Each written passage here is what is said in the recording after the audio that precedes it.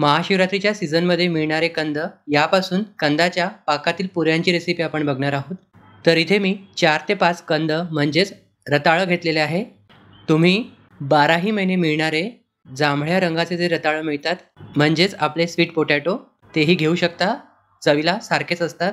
तर कंद स्वच्छ पाण्याने धुवून घ्यायचे, त्यानंतर कुकरमध्ये पाणी घालून साधारण 3 ते 4 शिट्ट्या काढून घ्यायच्या आहे।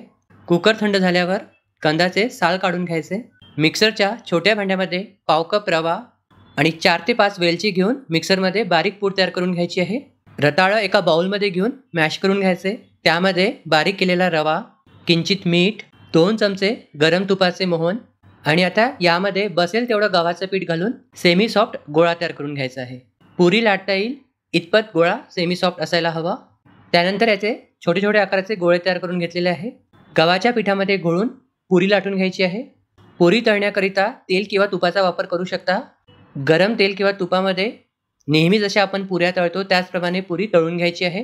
जर तुम्हाला तळण किंवा पाक करायची झंझट नको असेल तर आवडीनुसार पिठी साखर गोळा तयार करतानाच ॲड करायची आणि त्यापासून पोळ्या लाटून तुपामध्ये जसे आपण पराठे भाजतो त्याचप्रमाणे पोळ्या ज्या आहे तुम्हाला भाजून घ्यायच्या आहे। तर त्याला सकोडी सुद्धा म्हणतात। अशाच प्रकारे सर्व पुऱ्या अगोदर तळून घ्यायच्या।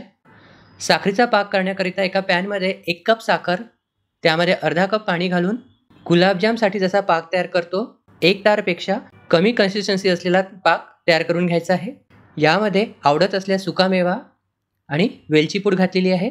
1 तारची कन्सिस्टन्सी आले की गॅस बंद करायचा आहे आणि ज्या तळून घेतलेल्या पुऱ्या आहे या पाकामध्ये बुडवून सर्व करायचे आहे।